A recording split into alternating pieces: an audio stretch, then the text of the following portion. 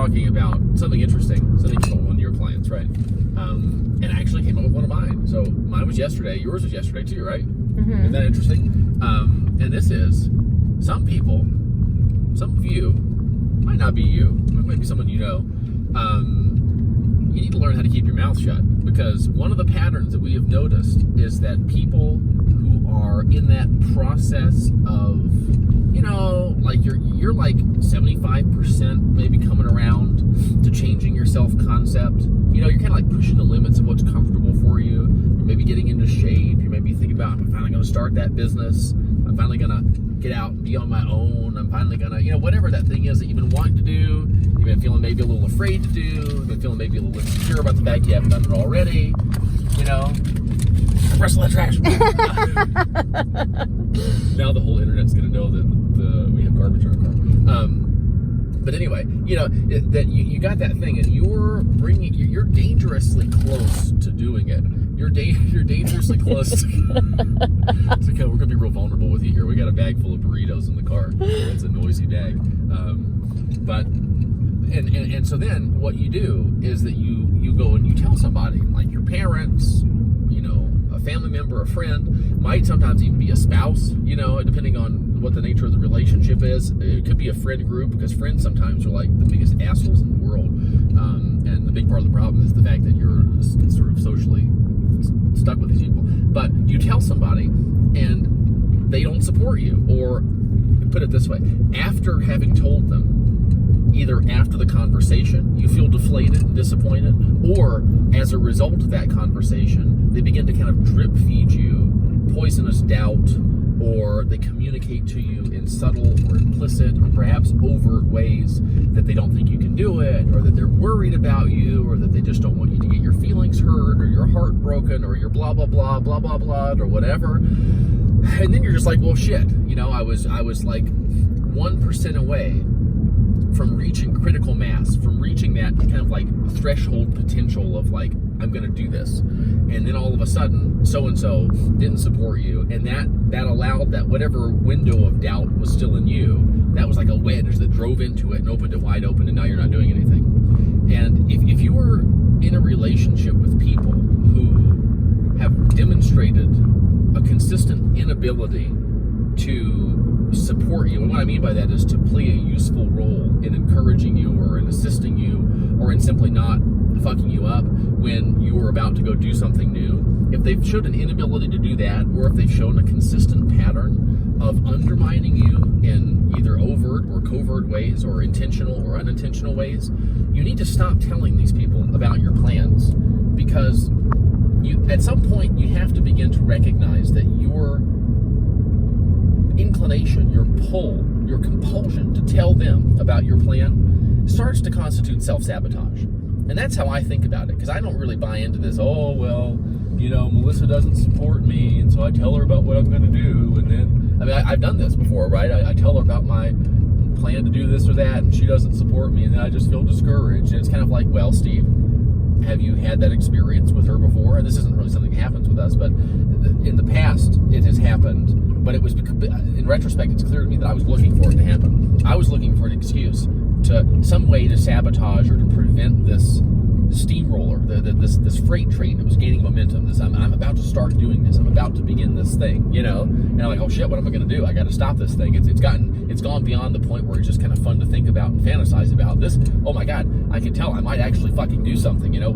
Quick, where's the emergency brake? I gotta put a cow on this railroad track fast so I can derail the train. And so I say, you know, oh, I know, maybe if I tell Melissa about it, she'll disagree with me. Or, you know, maybe worst case scenario, she'll be less than over the moon enthusiastic. Maybe I'll wait until she's busy doing something else, or stressed about something, or frustrated, or just kind of in a little bit of a down, low energy, and then I'll tell her about it. And then she won't respond in an exuberant way. And then I can go, oh, you know.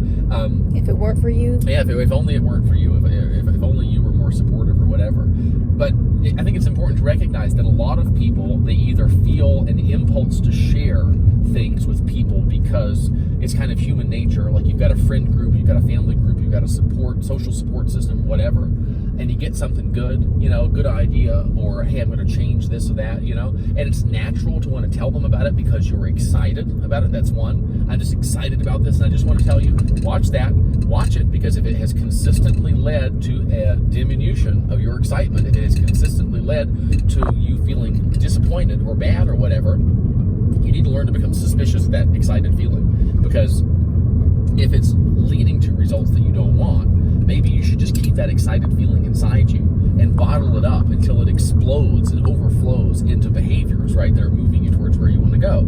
So either you feel so excited about it because you're just over the moon. That's kind of how I do it. Some people, they get kind of into the idea, and then they have such a strong, what's called an external frame of reference, that they're like, I'm excited about the idea of this. I'm excited about being excited about this, but I have to tell so-and-so about it. I got to tell my grandmother about it before I'm going to really, allow myself to believe it's real, And very often, the grandmother in question doesn't know shit about whatever it is you're doing. And she might have her own stuff, right, with regard to you, or with regard to money, or business, or relationships, or whatever, that's going to cause her, predictably, to respond in a less than supportive, useful way for you. So if you get real excited about it, and you start running your mouth, or, and again, some families, you share this stuff, and they're wonderfully supportive, right? And so if that's you, I don't think there's anything wrong with telling other people about this stuff.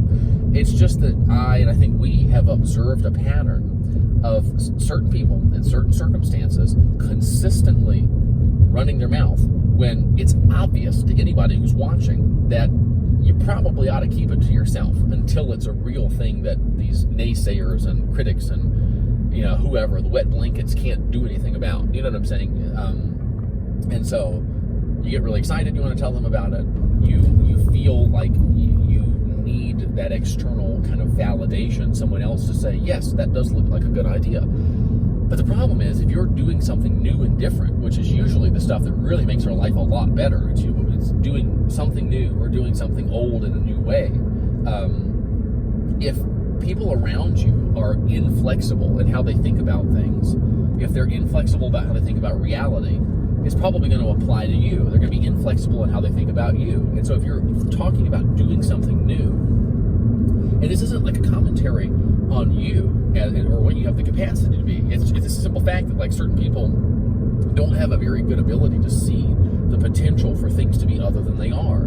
And so when you come and they've got a certain idea about you based on what you have and haven't done up to this point, and you say, I think I want to do this, they have a hard time seeing you doing that thing successfully. They've probably got a pattern of focusing on what they don't want. They don't want you to be disappointed. They don't want you to mess up. They don't want you to make a mistake or a fool of yourself or be let down or lose money or whatever. And so then they basically, they pee on your parade, and then you end up being exactly the same. And then guess what? The next time you get a whole big idea about doing something, you know what they do? They have that memory in their mind. Oh, this is just like when she wanted to start that pie shop. You know what I'm saying? It just feeds into itself. And I would say maybe there's a third reason that people kind of tell these unsupportive people about things when they shouldn't, which is that some people have such a dysfunctionally close relationship with people who don't necessarily support them, who aren't capable of supporting them, that they feel guilty if they really start planning something seriously in their mind without telling the other person. They're not allowed to get to that point of their mind is so much not their own that they aren't even allowed to fantasize freely and to really get into thinking about what their life would be. I better check back because in a way it's deceitful for me to be envisioning things in this kind of different way, And I mean, that to me is like, you're the CEO of your life experience. You're the boss. And if you're the boss, and if you're thinking about, firing somebody who works for you and hiring somebody who will do a better job, you don't go and tell that employee and say, listen, I'm thinking about firing you and replacing you with so-and-so. You just don't do that. You allow yourself to consider your options in the privacy of your own mind, and then you come to a conclusion about what you're going to do because it's your fucking company. And then you don't ask the employee what they think about being fired if that's what's going to happen. You inform them, listen, it's not going to work out. You're not a good fit for the position, whatever, but you don't make sure the employee thinks it's a good idea for you to fire them before you do it, And I think that just people sometimes, they just need a little bit more fucking permission. And what are they going to think about it, Well, who fucking cares what they're going to think about it? I can tell you, if you're going to do something new, And if you're going to do something different, somebody's probably going to get pissy about it. Somebody's probably going to have a problem with it. There's a high probability that that's the case for any given person who's listening to this. And in many cases, it's going to be people who are closest to you. And a big part of creating the life that you want is making it so that there's this kind of inner sanctum within you.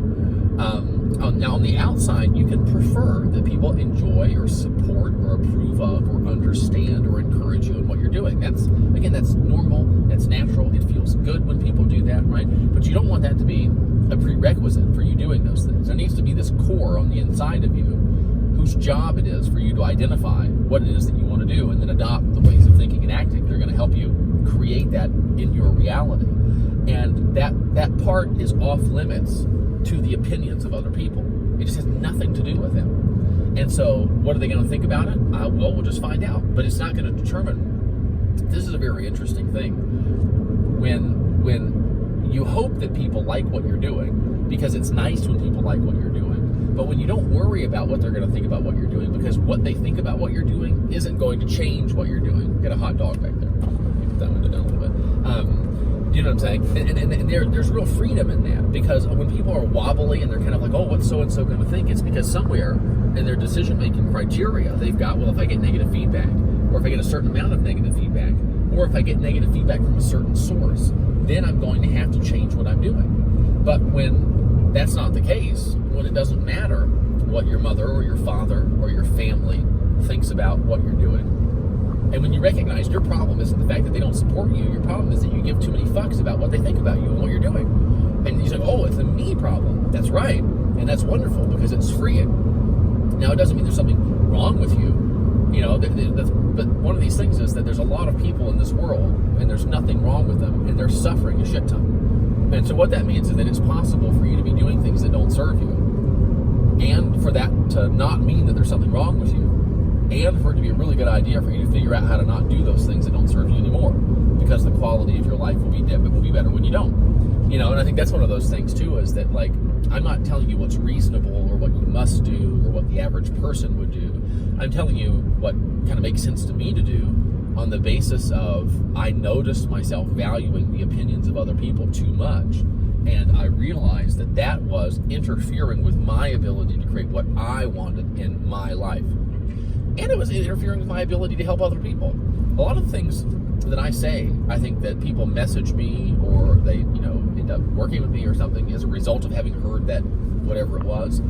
A lot of that stuff were things that people who were closest to me growing up would be mortified to hear me say. And they would say, oh, Steve, don't say that, or oh, people aren't going to think this, or if you say that, they're not going to do it, And, I think that's probably true for you too, that a lot of what's going to make you kind of most valuable to other people and to yourself are things that people with certain dysfunctions, right? Certain issues, whether it's boundary issues or having a problem, with focusing their mind on what they don't want or whatever, they're going to have a hard time responding resourcefully to the fact that you're saying those things.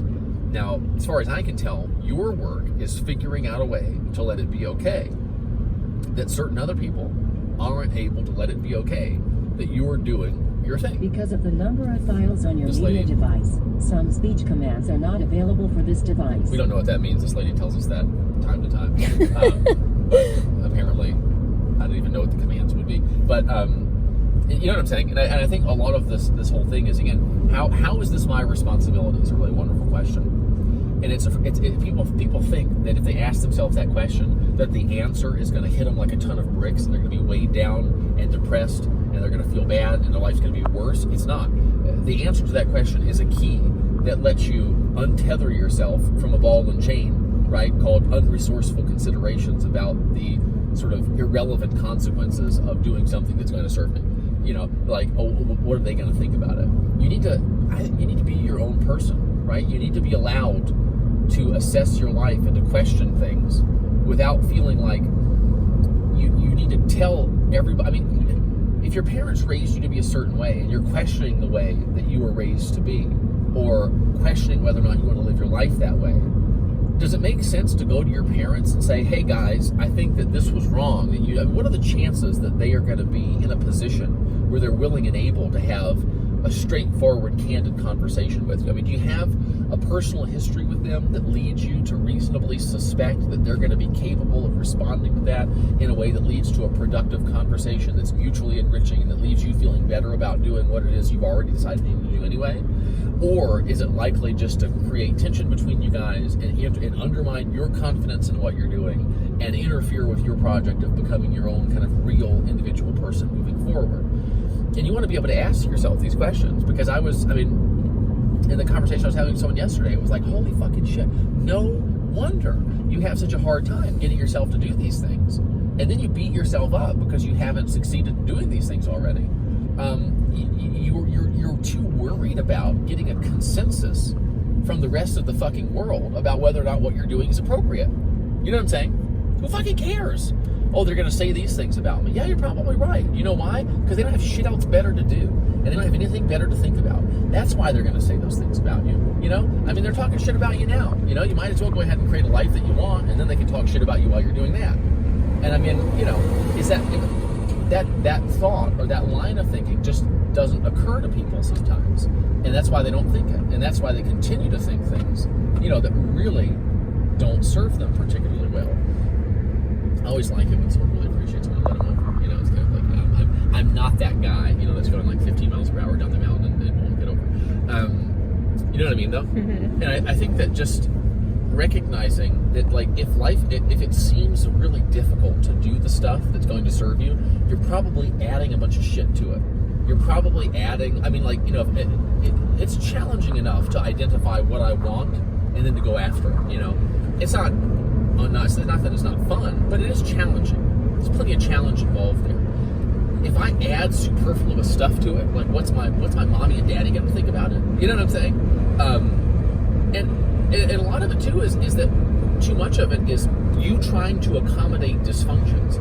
If they have a problem allowing you being an adult individual person, you sacrificing your life or kind of muting or diluting or watering down what you do so that you don't come up against the limitations of their ability to adjust themselves to the reality of the fact that you're an independent human being that's got to figure out how to do life in her own way, kind of thing. All you're doing is perpetuating dysfunction. You're enabling that dysfunction.